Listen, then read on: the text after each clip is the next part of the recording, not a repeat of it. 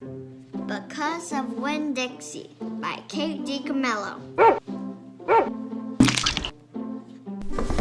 Chapter 5. Winn Dixie couldn't stand to be left alone. We found that out real quick. As me and the preacher went off and left him by himself in the trailer, he pulled all the cushions off the couch and all the toilet paper off the roll. So we started tying him up outside with the rope when we left. That didn't work either.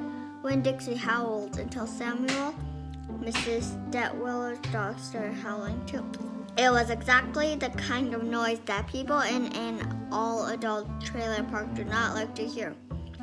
He just doesn't want to be left alone, I told the preacher. That's all. Let's take him with us. I could understand the way Winn Dixie felt. Getting left behind probably made his heart feel empty. After a while, the preacher gave in, and everywhere we went, we took Winn Dixie, even to the church, the Open Arms Baptist Church of Naomi isn't a regular-looking church. The building used to be a Pick It Quick store, and when you walk in the front door, the first thing you see is that Pick It Quick motto. It's written on the floor in little tiny red piles that make great big letters that say, "Pick, pick, pick, quick, quick, quick." The preacher tried painting over those tiles, but the letters won't stay covered up. And so the preacher had just given up and let them be. The other thing about the Open Arms that is different from other churches is there aren't any pews. People bring in their own fold-up chairs and lawn chairs, and so sometimes it looks more like a congregation is watching a parade or sitting at a barbecue instead of being at church. It's kind of a strange church, and I thought Winn Dixie would fit right in. But the first time we brought Winn Dixie to the Open Arms, the preacher tied him outside the front door.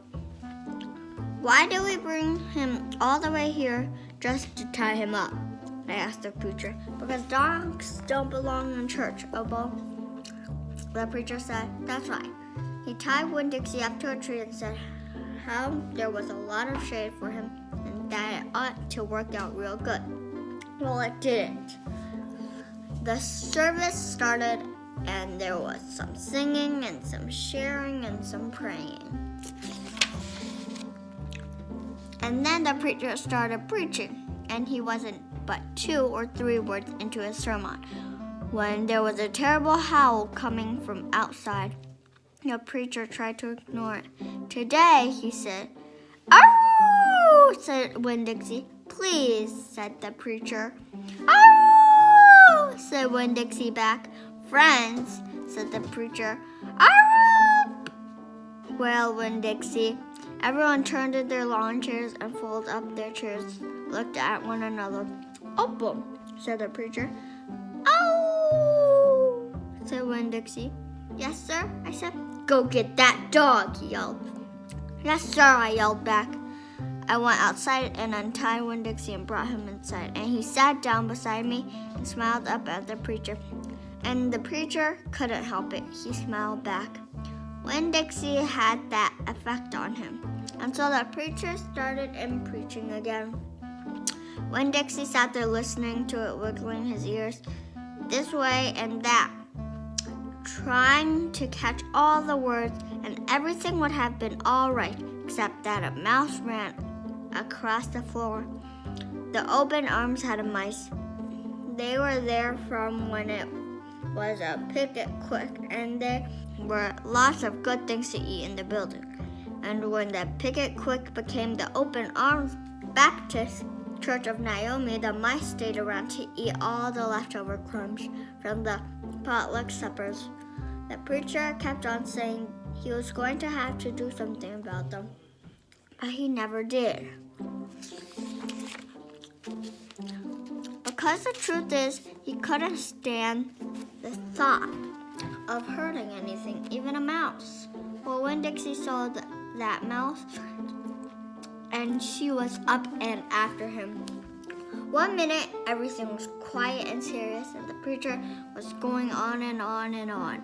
And the next minute, Winn Dixie looked like a flurry bullet shooting across the building, chasing that mouse. He was barking, and his feet were skidding all over the polished picket quick floor, and people were clapping and hollering and pointing.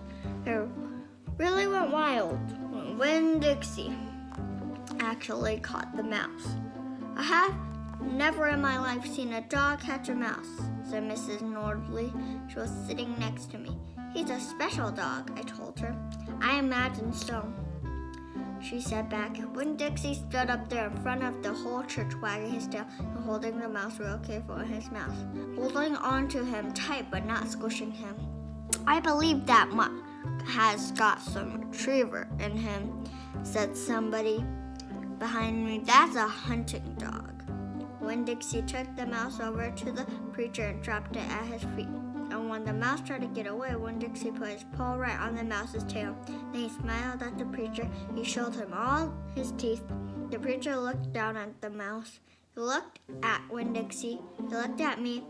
He rubbed his nose. It got real quiet in the picket quick. Let us pray, the preacher finally said, for this mouse. And everybody started laughing and clapping. The preacher picked up the mouse by the tail and walked and threw it out the front door of the picket quick. And everybody applauded again.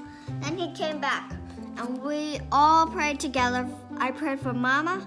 I told God how much she would have enjoyed hearing the story of Winn Dixie catching the mouse. It would have made her laugh. I asked God if maybe I could be the one to tell her that story someday. And then I talked to God about how I was lonely in Naomi because I didn't know that many kids, only the ones from church, and there weren't that many kids at the open arms.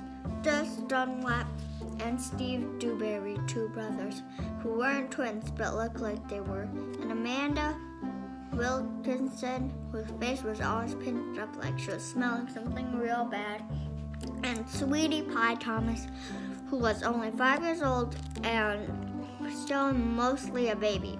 And none of them wanted to be my friend anyway, because they probably thought I'd tell on them to the preacher for every little thing they did wrong, and then they would get in trouble with God and their parents. So I told God that I was lonely, even having Winn Dixie, and finally I prayed for the mouse, like the preacher suggested. I prayed that he didn't get her when he went flying out the door of the Open Arms Baptist Church of Naomi.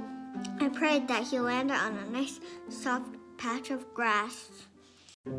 Because of Winn Dixie by DiCamillo.